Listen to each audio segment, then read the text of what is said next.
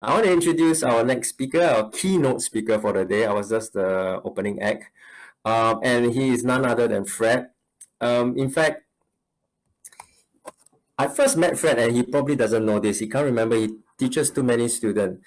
2014 or 2015. You know why? I know because the book just published 2 years before. And I was quite amazed that he quickly took the concepts and then he taught it. Now, obviously, he's a lecturer. He needs to do this.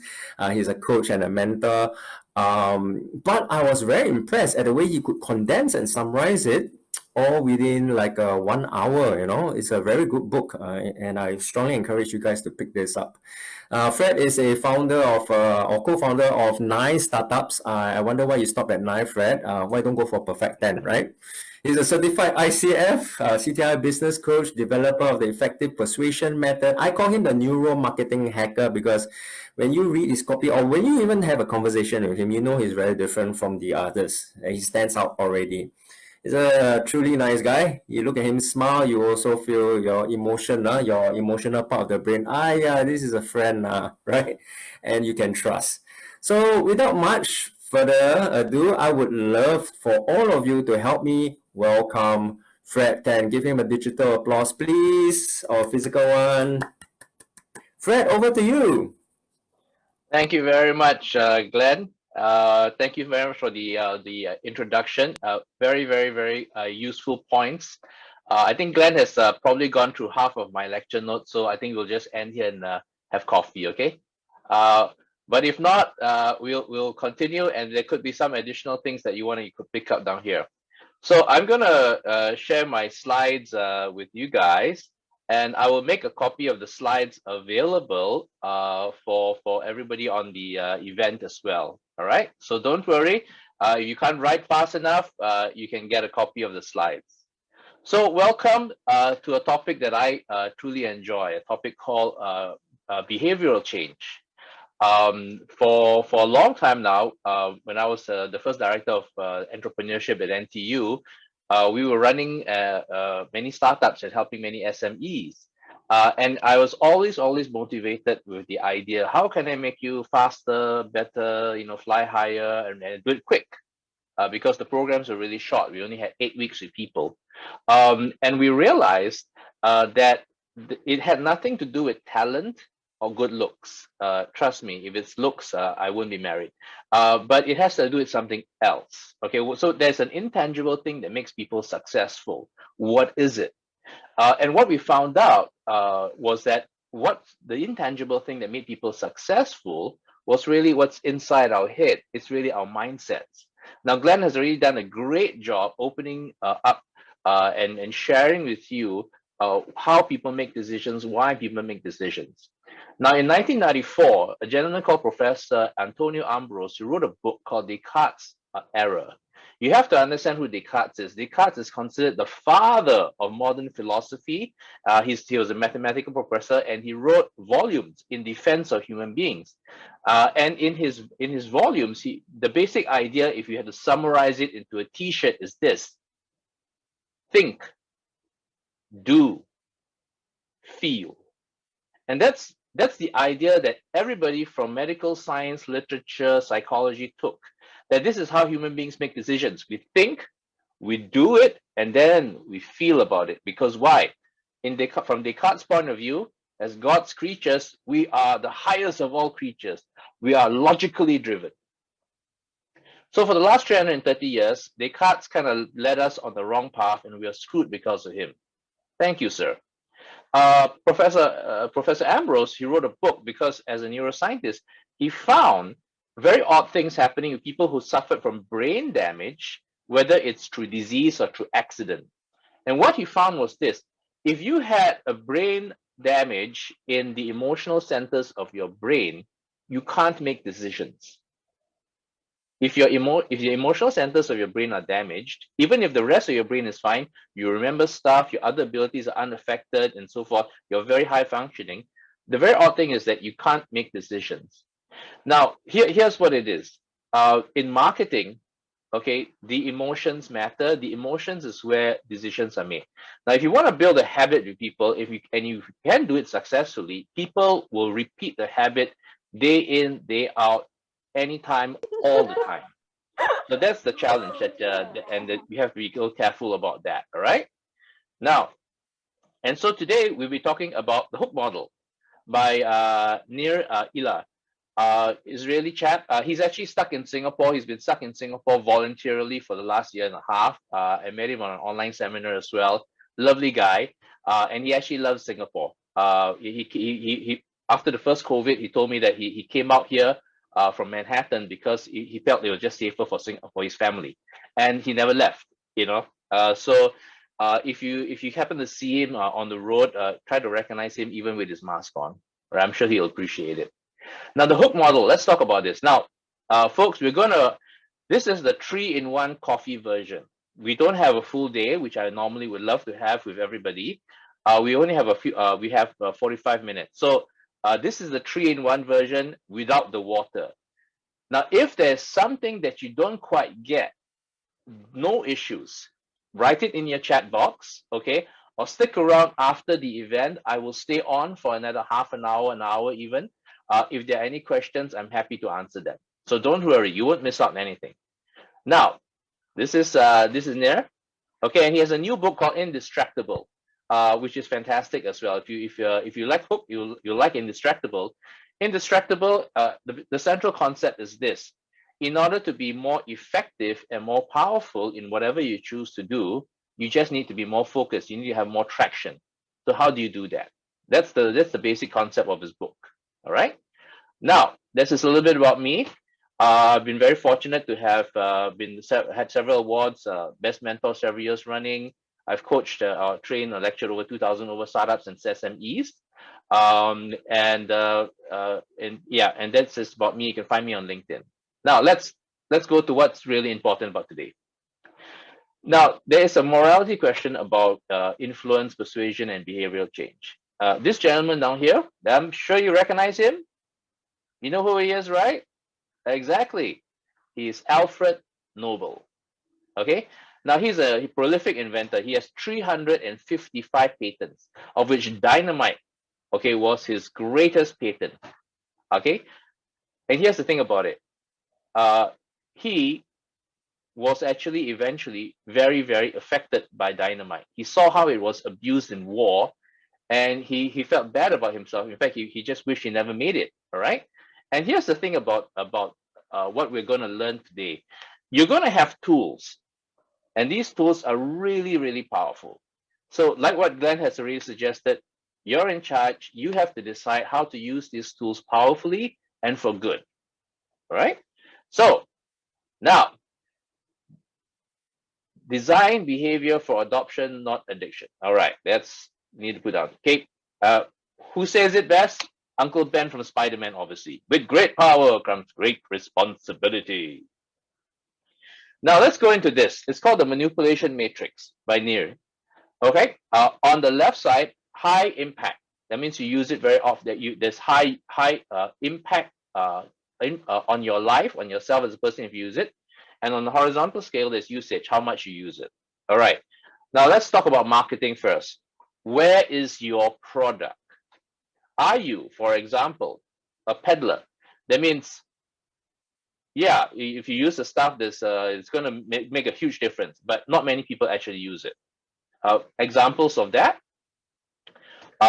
fitness apps, productivity apps. The fitness apps you download, you pay the money for it, and if you follow it, you're gonna get that body. I'm sure of it. And it's true. If you actually used it consistently, you might. But notice how they sell it. They sell the hope of it, the impact. All right. Now, entertainer. That means high usage. You use it very, very frequently, but the actual impact on your life is not that great. Examples of that: Netflix, Spotify, mobile games like old classic Angry Birds. Now, you can say that yes, you get a lot of joy, and you get a pressure release and so forth. Yes, that's true, but the impact is not very, very high, actually, to be honest. But the usage, the amount of time you spent on it, is really, really high. That's where your product is, entertainer. The worst one is this: low impact, low usage. And okay, now in the chat box, can you type in what you think are low impact, low usage? Can you give a guess? What's low impact and low usage?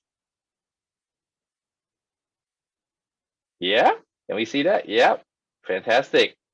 Low impact, low usage. Yes, quite a few. Okay, and let me give you my example of what is low impact, low usage. Casinos and drug dealers. Okay.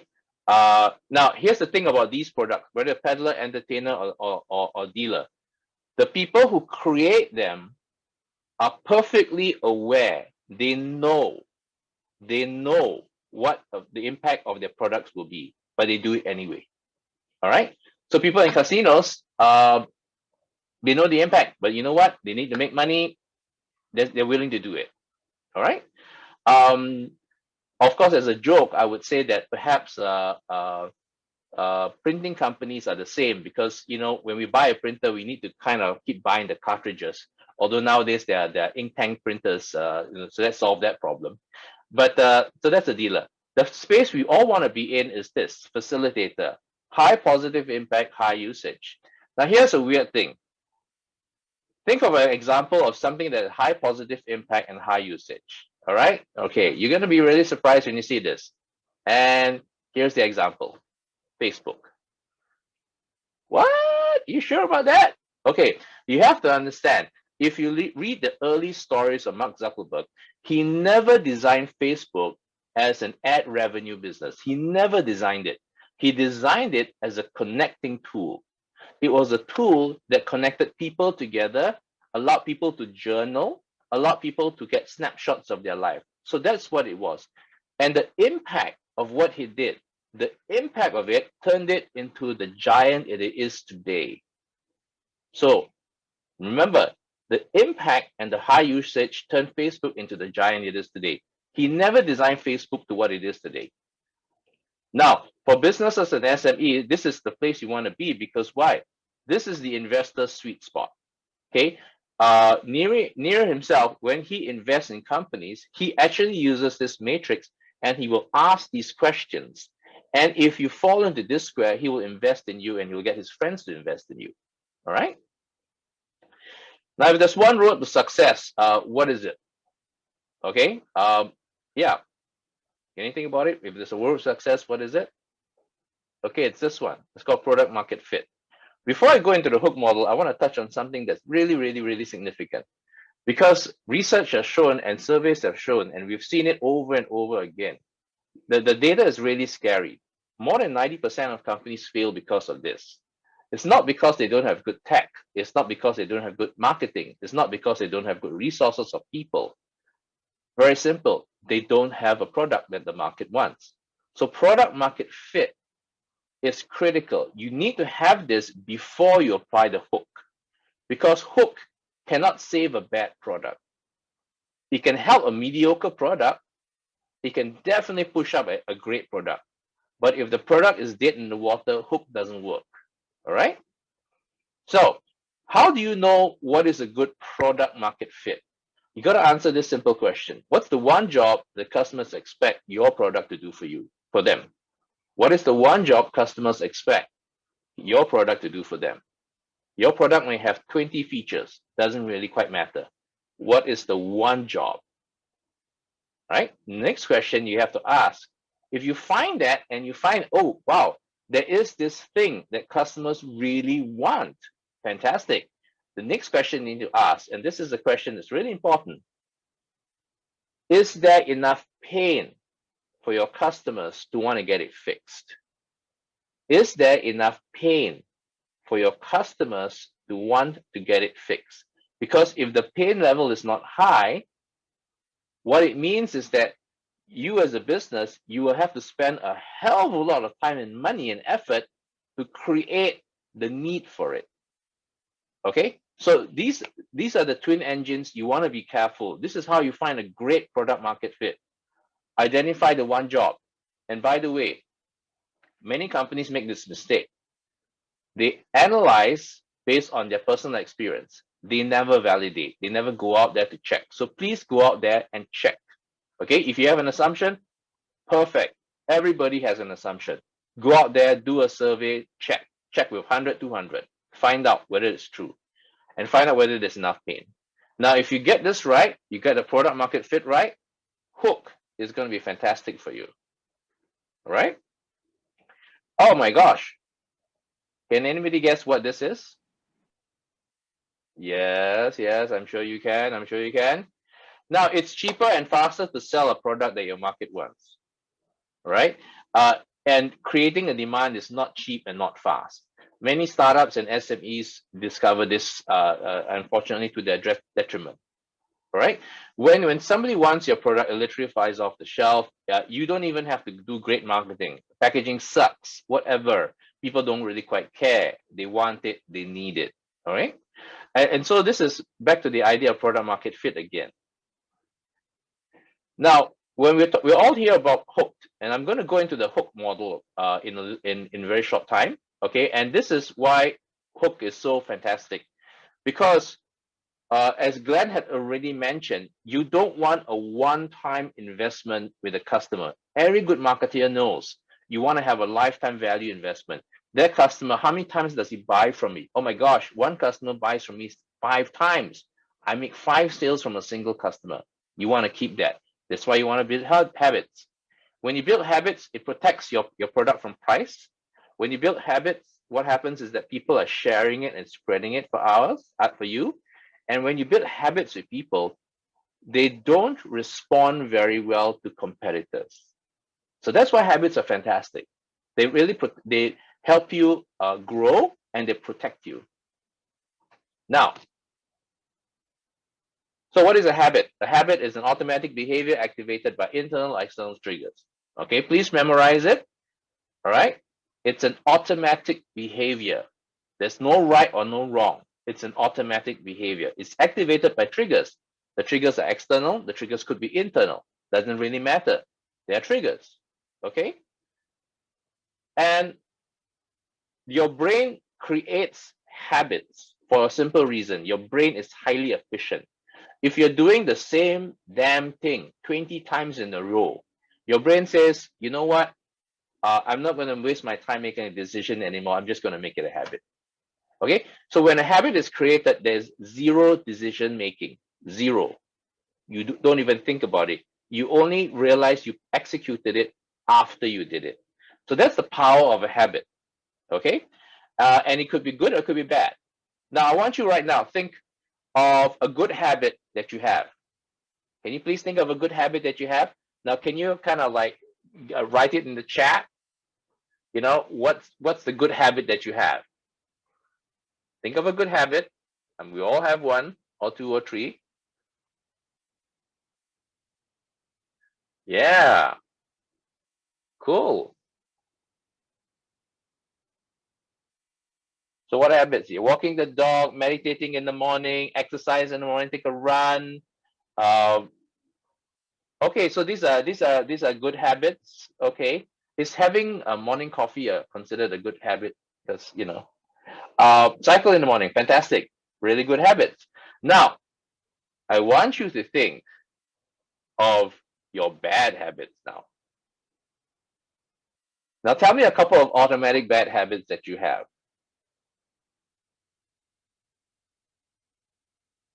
Okay, too much coffee, biting nails, sleeping late, fantastic. Okay, these are all bad habits. And the thing about it, these habits came because of a particular situation that happened in the past. And your brain encodes it, locks it in, and you repeat it. Whenever you feel stressed, you bite your nails. Whenever you feel tired, you make yourself a cup of coffee. It's all habits. All right. Somebody did great marketing. Now, the nature of habits, first of all, they're unconscious. Second of all, habits are pure motivators. Pure motivators. Because why? No decision is required. It's effortless. When you're doing your habit, it is zero effort. Chances are you're often in the zone. So that's the power of habits. And habits can be your best friend or your worst enemy.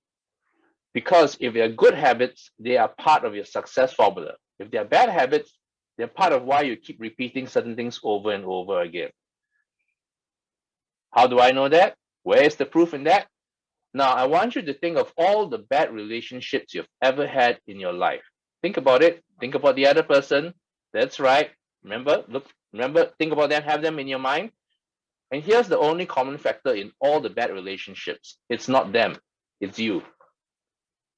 All right? So when we have bad habits, we keep making the same mistake over and over again. So don't blame outside. Look inward and change that. Now, how do you design habits that are sticky? Welcome to Hook. All right? We need to reward the brains. And by the way, I come from a slightly different theory about brains. We have three brains: the heart, the head, and the gut. Here's the thing that scientists have been finding out. We have neurons not just in the head, but in the heart and in the gut as well. We have more neurons in our stomach, in our gut, than we do have in our central, in our spine. Doesn't make sense. Neurons, by the way, hold memories. So when you have an experience, don't be surprised when your heart hurts, because it's actually true. Emotions is the language of the brain. And when we are born, we learn languages in order to interpret the world. We use language to create the emotions that we want in the brain. Emotions are sticky. When they get stuck in our heads, they're hard to get rid of, both the good ones and the bad ones. How long does it take to build a habit? About 21 days, 26 days. If you keep constantly doing it for that long, it becomes a habit. All right. So if you want to take up a challenge every day, eat half a pint of Haagen-Dazs every single day, and after 21 to 26 days, I guarantee you, there were two things that happen. Every day you wake up, you'll need Haagen-Dazs, and number two, your pants won't fit anymore. All right. So that's the power of habits. All right. Here comes the exciting bit. Let's be like dung beetles. Why? Because we're going to get shit done right now. Okay. Now this is the hook model itself. The preamble is very important because, again, habits are important because why? They're automatic. And when they're automatic, they're effortless. When they're effortless, you repeat them. The question is, how do you create a habit? To make a habit stick, it's 21 to 26 days. To make a habit stick, you need to have certain things. And that's what the hook model is all about. The only thing I want to share with you is this. The hook model is a great model, but it's medium to long term. I say again, the hook model is medium to long term. It is not a short term tool. You can't think about it, plan it, and do it and execute it tomorrow and expect tons of people running in, knocking on your door. It doesn't work that way. It needs time for the habit to be created and the habit to be ingrained. Now, once ingrained, guess what? These are your loyal fanboys. These are the customers who keep knocking on your door, asking you, when's the next one coming? So that's why habits are so powerful and important in marketing. The first step in the hook model is trigger. And what are triggers? Okay, they're external triggers. All right, we see something, we hear something. There's in ethical marketing, there's also owned triggers. You allow people to market to you. You say yes in the checkbox. Okay, and then the internal triggers. Okay, internal triggers is a state that you feel. Now, I'm going to show you a quick video.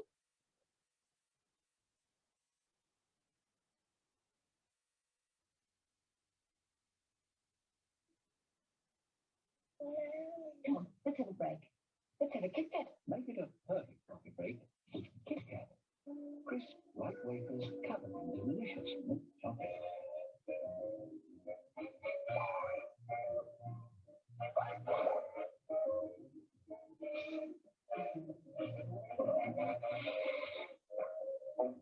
Well, let's get back to the game.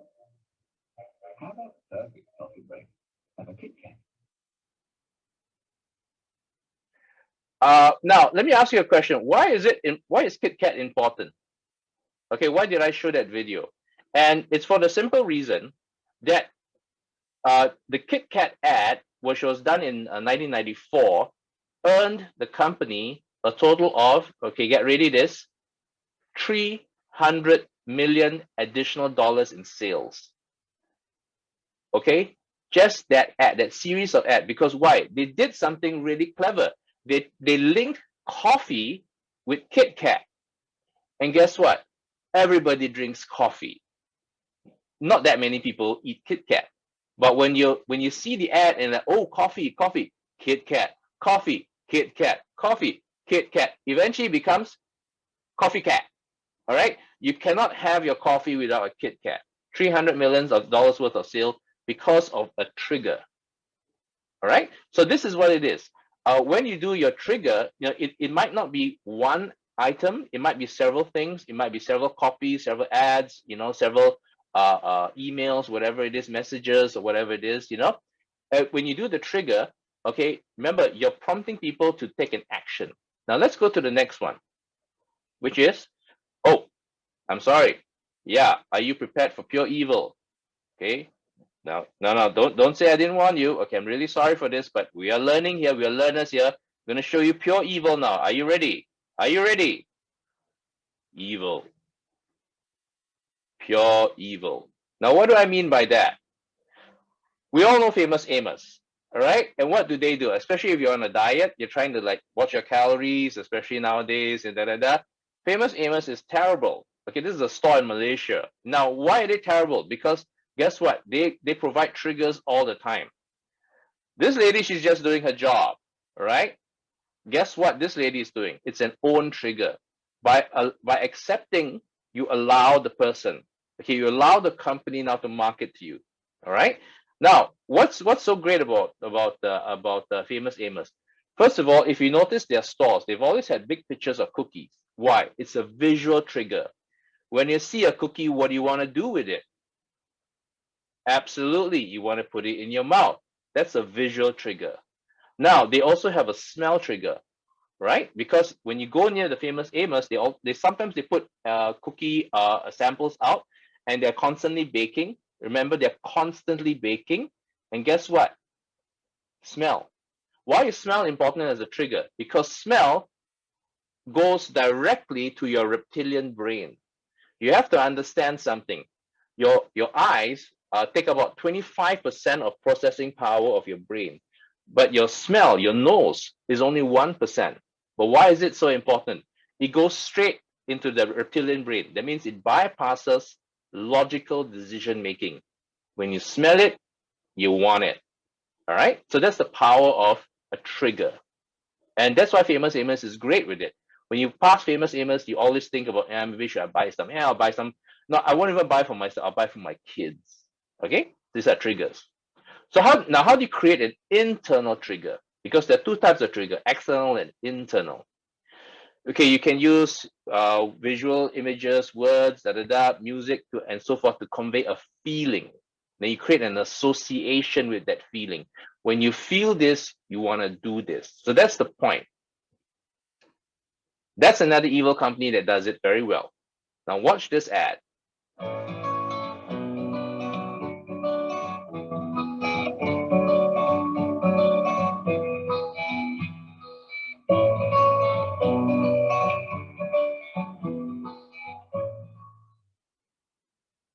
Now, let me ask you a question. How many of you, when we take a break, you're going out to get yourself a cup of water?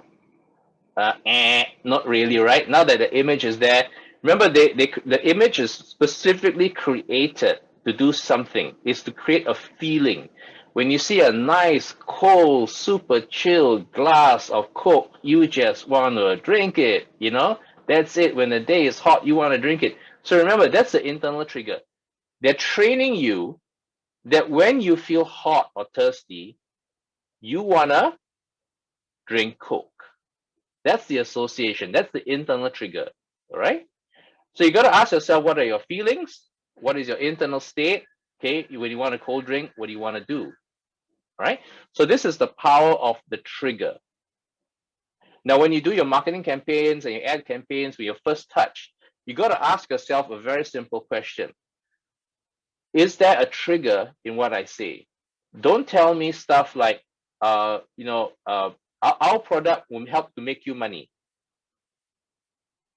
Okay, that's a statement. It's not a trigger. Okay, so you gotta find a trigger, right? And For marketeers, my suggestion is this: people are motivated by pleasure or pain. Our brains are optimized to look for pain. So the marketing that tends to be a little bit more effective is when you highlight a problem, a real pain in the lives of your audience. Okay, you know what? If there's a real pain, I get it. I hear you. I'm now interested in a solution. So that's the trigger. The trigger creates a need for an action. Now, these are some internal triggers. And over the years, marketing companies have already done their job. We've seen enough ads, got enough emails and posts from friends. When we're lonely, Facebook, Instagram. When you're hungry, you know what to do, grab food. When you're bored, YouTube, TikTok. When you're lost, Google Maps. When you're tired, you don't sleep, you watch Netflix. Or nowadays, it's Disney Plus. Which I admit is my guilty pleasure. Disney had done a good job. It is now my internal trigger when I'm tired. All right. So this is something that you need to understand. In all your marketing campaigns, can you create an internal trigger? What emotional state do you want your audience to associate with you? I can say it again. What internal state do you want your audience to associate with you? Now, if you own it, you have it. You will have that mind space with them, with your customers. And when they have that feeling, they'll think of you first. They won't think of anybody else. All right. So this is an internal trigger, step one. Now, step two, you got to take action and you got to make it easy. Okay. Now, three things create action. How do people take action? Because number one, there's motivation. Is there a reward for me if I were to do this? Okay. Is it easy for me to do this? Is it easy for me to do this? And lastly, what's the trigger? Okay, is there a trigger to actually spark this whole thing off? All right. Now, say again, what's my motivation? Okay. Internal, external, what is it? And is it easy for me to do it? Is your product easy for me to use? Or do I have to jump through hoops in order to do it? Okay. And lastly, what is there a trigger for that? Okay. Step three, offer variable rewards. Okay, here's the weird thing about gambling. You don't always win. But you know what? The gambler doesn't care. The gambler will try. In the book by Daniel H. Pink, Drive, okay, he quoted some experiments done on gamblers and mice. And what happened was this.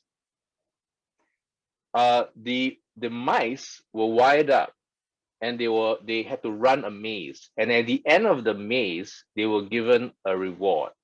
Okay, the mice ran the maze, got the reward. Ran the maze, got the reward. Ran the maze, got the reward. Ran the maze, got the reward. Ran the maze, got the reward. Ran the maze, no reward. Huh? They ran the maze again. Ran the maze. Ran the maze, got the reward. Oh, got it. Ran the maze. Ran the maze, got the reward. Now here's what happens. When the habit is ingrained into people, what happens with a gambler is this. The thrill of pulling the bar, okay, is not the possibility of winning money. Okay, here's the weird thing. You pull it, you spend the money in the hope of winning it, right? But what happens is this. A gambler, when they pull the bar, they already get the endorphin hit. They already got the high. Winning at a machine doesn't matter to them. They got the endorphin high. And that's what it is with people. People do things because they want to feel the endorphin high. That's how we are biologically constructed. It's not a good or bad thing. We were just born this way. It's just pure biology. All right.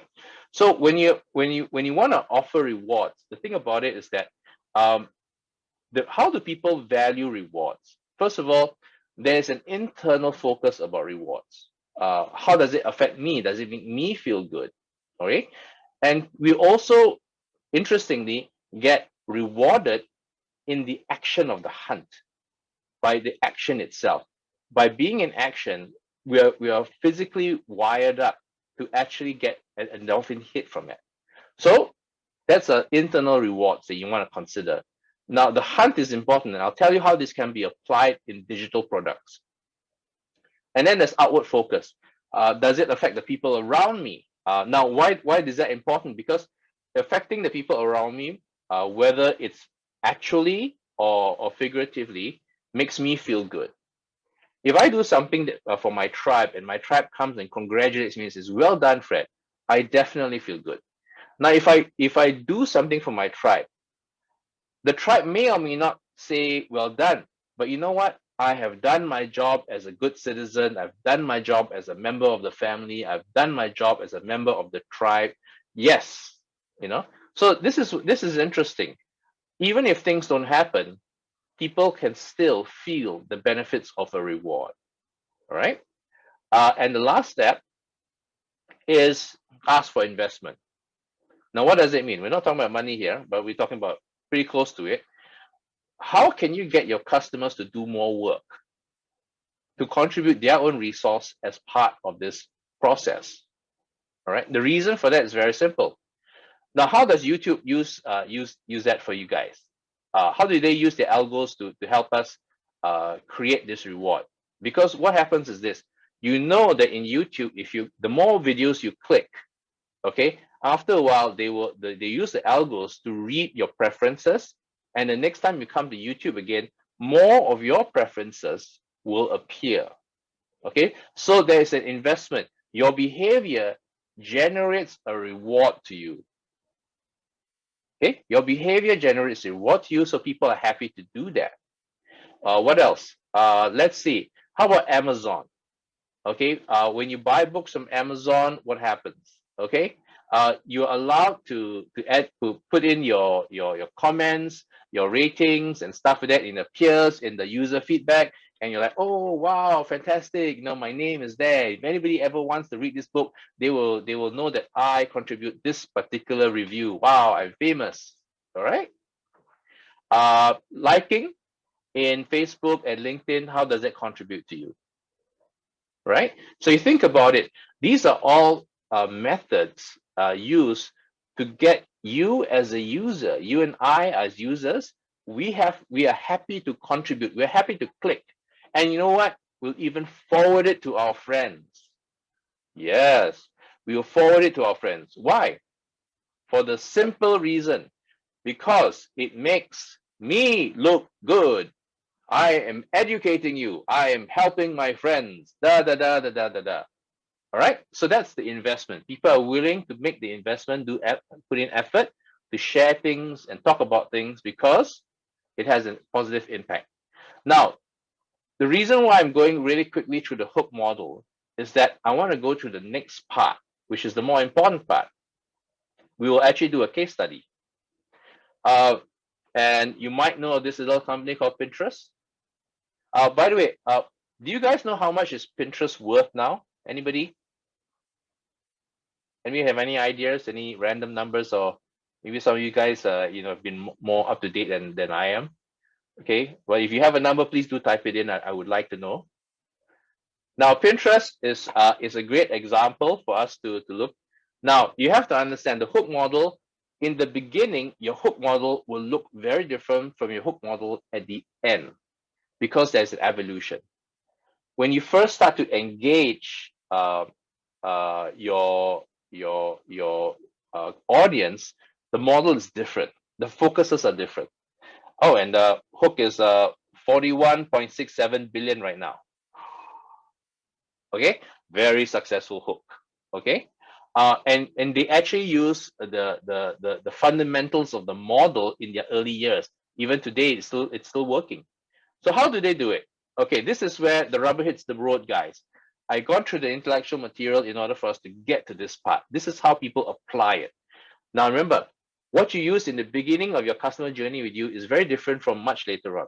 In the beginning, you spend a lot of time and effort creating the external trigger because people don't know who you are.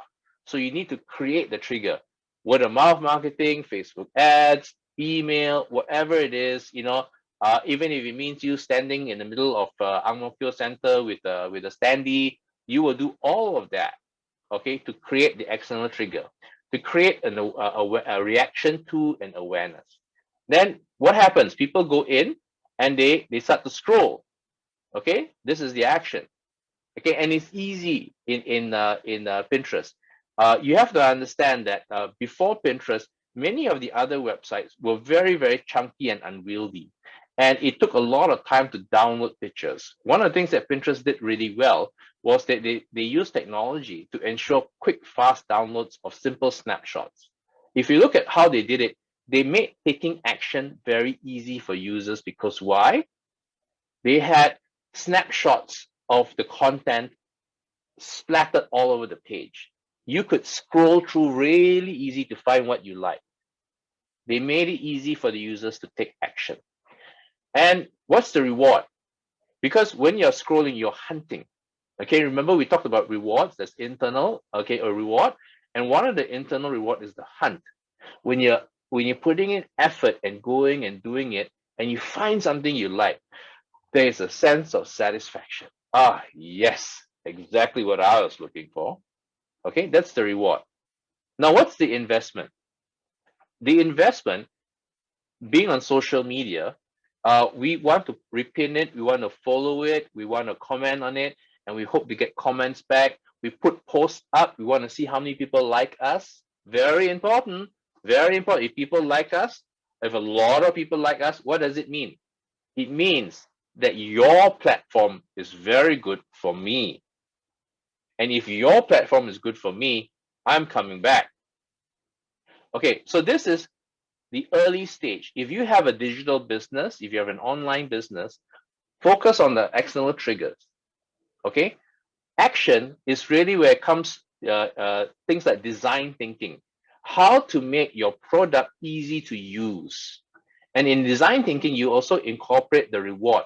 What are the motivations, the rewards that you give to people so that they go to the next stage, which is now they will invest their effort to contribute to your platform, to tell other people about it. Now, this is the early model. Let's go to what happens in the later model.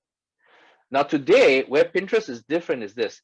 Everybody knows Pinterest. People have the app on the phone. The notifications are coming up, beep, beep, beep, beep, and stuff like that. So the external trigger is not so important right now. Okay? The external trigger is not so important. Now they're focusing on the internal trigger, which is, when do you use Pinterest? I'm bored. I'm fear of missing out on something within the community that I'm in, my interest group, fear of losing content, So this is what it is for the internal trigger. If people are bored, if people want to feel creative, they go to Pinterest. Okay, if people want to connect, sometimes even they contribute to Pinterest. So these are the internal triggers that Pinterest has owned already. And what's the reward? Do people repost me? Do friends post? Are there interesting things I haven't seen? We're doing all of that. You notice the rewards have changed. Okay. And yeah, by the way, sorry, I skipped a step, which is the action nowadays is just to log in. When you log in, what happens is that you don't even because the algorithm knows who you are, they will already load your choice up. Okay, so you straight away start to go into the hunt. All right, that's how it works. You log in, they load all the choices they think you like, and you're straight away into the hunt. And then you invest again. And so this is how hook works in the case of a digital business. All right, and I wanted to speed through the earlier part because I want you to see how people apply it. And I want you to actually recognize two things. The beginning of your journey and where you will be are two different hook models. The models are different because in the beginning, you would focus a lot on creating the external trigger. In terms of taking action, the nice thing about it is that if you're starting a new business, this is where you use your design thinking skills to create a product that is easy, functional, easy to use.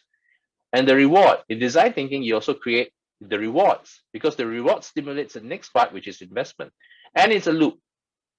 Okay. The more times people go into the loop, the deeper the habit will be. So I want to ask you a question now. On your mobile phone, can you tell me what is a automatic habit for you on your mobile phone today? What do you, when you take your mobile phone, what is it you do even without thinking about it? You can be busy in the meeting, your kid is screaming, it doesn't really quite matter, you're still doing it. What is it that you're doing? WhatsApp, yes. Check emails, absolutely, got that. Read emails, scrolling, IG, yes, absolutely. Okay, Facebook, absolutely guilty, you know, yeah. I'm slightly more evolved. There are some of us in the audience who are slightly more evolved. We go to LinkedIn because it fills us intellectually. I'm not wasting time. I'm doing something intellectual, right? So see, these are the things that we do. Okay, now, again, many of these apps have been with us for some time. So the triggers are no longer external, they are internal. All right. So this is what you want to do. When you design your product, the marketing of it, the external trigger, that's what you got to do. That's how you design your social media posts, your ads, and whatever your offers and things like that. And it leads to a specific set of actions that your marketing needs to do, which is make it easy for people to take action, give people a reward for taking that action, so that they are invested in doing it again. Now, very often, great products, they can fail in any one of these 4 points. Some do 1, 2, and 3 really great, and they screw up on 4. Some do 1, 3, and 4 great, but they screw up on 2. Okay, so you have to get this right. And last, I would say is this: your first effort will never work out. So let me be very open about it. Your first hook model will suck like crazy. Okay, in fact, you will probably want to bury it and burn it as soon as you can. But you cannot bypass it. You have to do it. Okay, because when you do it, there's actual feedback with the process. And when there's feedback in the process, you actually tweak the model and make it better. So remember, if your first hook model sucks, it doesn't matter. What you're after the feedback, because the feedback will help you design the trigger, the action, the reward, and the investment to such a degree that customers now become fanboys and fangirls. That's what we want. Okay, so that's the hook model. I'm going to open up to some questions and some Q&As right now. And the other thing I just want to mention, okay, is this. We talked about habit, so I also need to provide you an antidote. Okay, this is not part of today's session, but one of the best antidotes I found to control, alter, deleting a habit is something called tapping. It's emotional freedom technique. It was about 30 over years ago.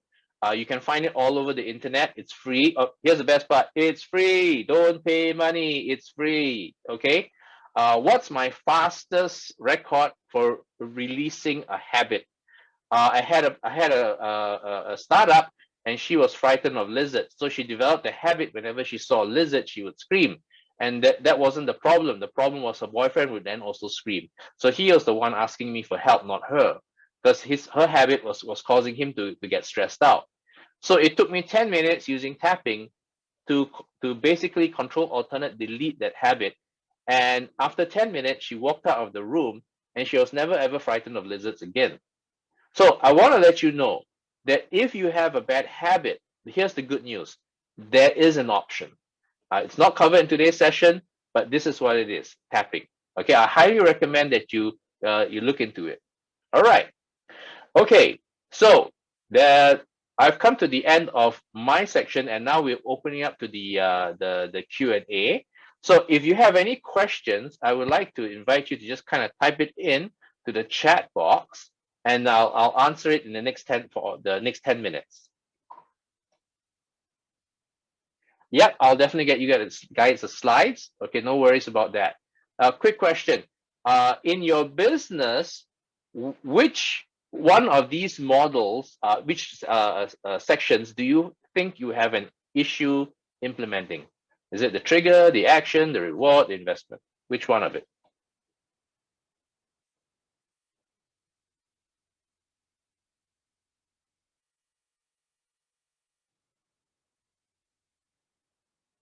Reward, okay.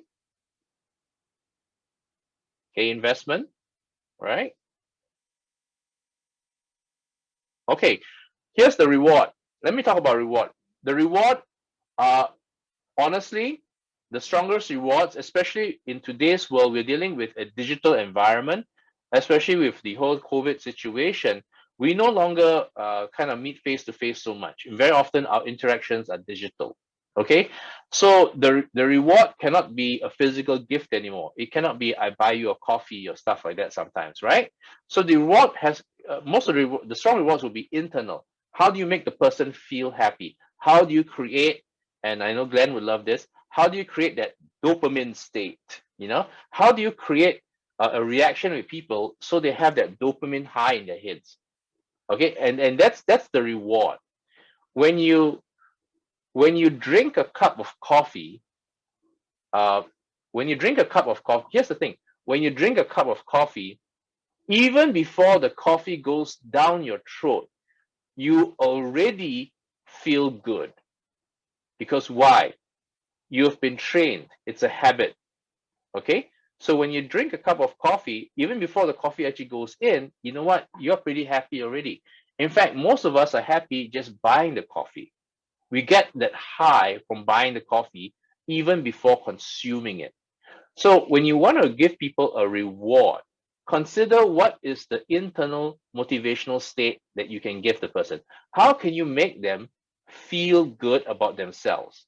Because they did something for themselves or they did something for others. Okay? Charity websites, their rewards are not to the self. It's very strongly to the others, because when you participate in a charity, you're helping someone you don't know. All right, the action goes out, but you feel good because you know you're a good person. All right, so that's in terms of creating motivation, that's something you want to consider. How do I make the person feel good? So in a B2B software, how can you apply it? It doesn't matter whether you sell to an end consumer or a business. Same thing, because guess what? Businesses are run by people. Okay? If you strip off any business, at the end of the day, it's still a guy in a desk. Okay? And that's who you're dealing with, the guy in the desk, who's making decisions on behalf of his company. And therefore, his motivation may not be so much personal, but maybe outwardly driven, because he has a professional responsibility for his job. And so therefore, you want to orientate your motivation that way. So that's how you can do it. Okay? And Glenn had a good question about investment. How do I get people to invest? Investment, and this is where, these four sections do kind of blend into each other a little bit. I'll be the first to say that. But what investment does is this: how can I motivate the consumer, the user, to put in time and effort into the system? Because now they're doing something not for themselves, but for you. And what will make someone do it? And here's the fact of the matter: it's the what's in it for me factor. And it goes back to the same thing. People would do stuff for you because it affects them. So you got to look about your investment as it does actually kind of blend a little bit with motivation for sure. Okay. But you want to go beyond making the person feel good. The difference in investment is that you want to make the person now take action. That's where the investment happens. The person has to take action. So when you look at the model, when the person is feeling good, that's motivation. All right. But the action, that has to go into investment, which is the person now does something for you. All right. How can you buy the book Indistractable? I would suggest Amazon. By the way, for those of us who are in Singapore, our libraries are really good. I would highly recommend you search the library. because sometimes they have like 20 or 30 digital copies of it. All right. So if you are like me, IP, then you understand that the library is a fantastic resource. Now, here's the other thing I would actually like to strongly suggest. Don't read the book. Read the summaries. Okay. My personal habit is this. I will find the best summaries I can get my hands on. I will find 5 or 6 of them. I'll read through the summaries. And when I read through different summaries, I actually compare and see whether there are overlaps. And you find that, oh, okay, yeah. When you read the same stuff 5 or 6 times, it goes into your head. And then I make a decision whether I actually want to read the book. Because some books, honestly, the summaries are good enough. You don't need to read the whole book. But after you do enough summaries, you can figure out for yourself whether you personally want to read the book, you want to pick it up. All right. So that's my suggestion. You find a book interesting, read the summaries first, and before you make a decision about the book. Okay, the question about what the market wants, not the market needs. Okay. Okay, wants and needs. Here's the thing about it. People are motivated to fix a problem.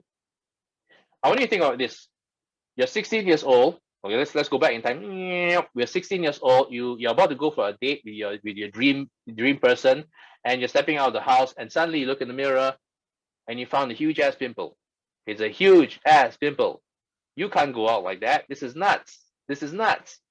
But there's Oxy 5000 for $50.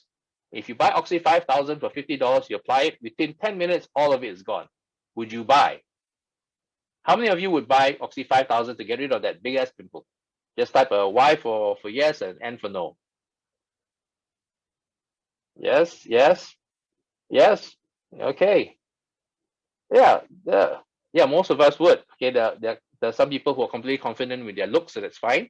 But at 16 years old, trust me, you probably want to buy it. Now, fast forward, you married that person. You've had a wonderful life together for the last 30 years.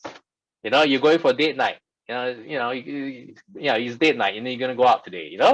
Walk to the beach or something like that. You look in the mirror. Oh my gosh, same damn pimple. I think it's even bigger. Here's my question: would you buy Oxy 5000 for $50 to get rid of that pimple? Yes or no? Would you buy Oxy 5000? Married the person for the last 30 years, happy like hell. Yeah. Okay. All those who answered no, you are probably a bit more honest. Okay, because why? Fact of the matter is very simple. Once married, considered sold. Okay, look, when customers have no problem, when they have no pain, it doesn't matter how technologically sophisticated your solution is, they will never buy it. There is no need. Okay, your problem as a marketeer, there are only 2 problems you have. Can I find a problem with a high need for fixing?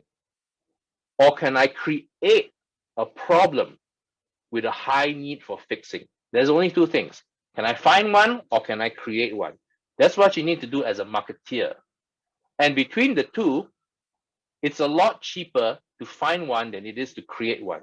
Many of us who are startups and SMEs, we don't have the resources to do the second one. That's the hard fact of the matter. Now, if you do have resources and you can do it, we can say a very small group, a niche group where you own the group, fantastic, go for it. So as a marketeer, find or create. Create the problem painful enough so that people want it fixed. When they want it fixed, your product is relevant. And that's all there is. I would say that in talking to so many SMEs and startups, more than 93% of people fail, and they fail for various reasons. But at the end of the day, if I were to draw a bottom line, they fail because of a bad product market fit. Okay, they fail because of a bad product market fit. All right. Now,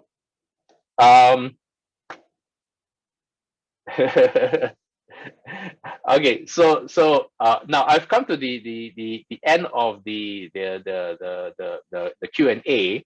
I will stick around after the formal seminar is over. If you have any questions, I'll be happy to answer and we can actually chat. But in the meantime, I want to hand back over to Glenn and the guys. And thank you very much for being a wonderful audience. And I will be sending the slides out of for this later. Okay, so you get a copy of this as well for your use. Thank you very much, folks.